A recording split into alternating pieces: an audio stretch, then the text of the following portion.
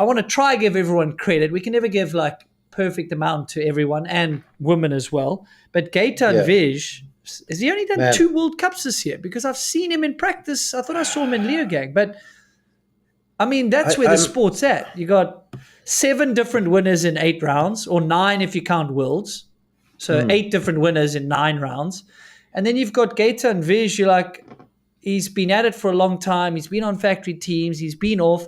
And when he puts it together, he like pops himself on the podium. You're like, well, how do we only have 30 in the final? Like, there's so many dudes that can get top 10s or podium or win. It's like the sport is crazy at the moment. It really has changed. And for the better, there's more competition. And that's why I do like the fact that, it was a fair race, but I do like it when there's a gnarly conditions or a gnarly track where literally you see new faces like Gaetan, like Ethan, in the podium or in the top 10 that aren't normally there, solely on pure fucking riding skill and talent. And some of the established guard or the usual guys that are prepared better, mentally better, train harder, have a stronger factory team, they the normal sort of people that you expect.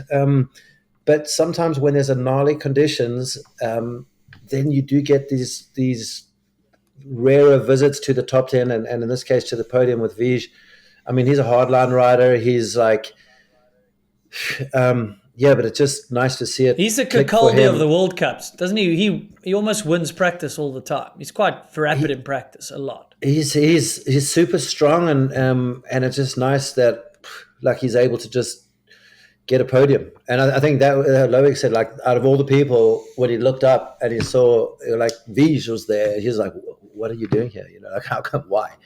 And it's not fair, like he hasn't been there. Yeah, exactly. But it's not like when you come down at Lord and you look up and it's literally you can't do a run in the rain at Lord. You know, and you have a surprising top, people on the hot seat. But so it's cool that you have a few gnarly events like Ludenville, and a few sketchier yet fair events like this one where guys can rise to the top based on sheer talent. And I don't know all the details behind Vij's like missing the first half of the season, but yeah, so he's got it's when these guys put in the hard work and then miss out bits of the season.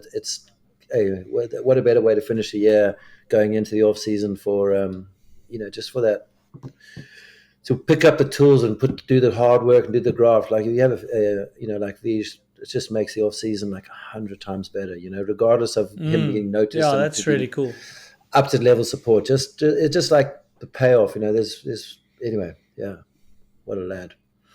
Yeah, and you've got the likes of Bernard Kerr on the podium again. We all know Andy Kolb's like podium regular and winning.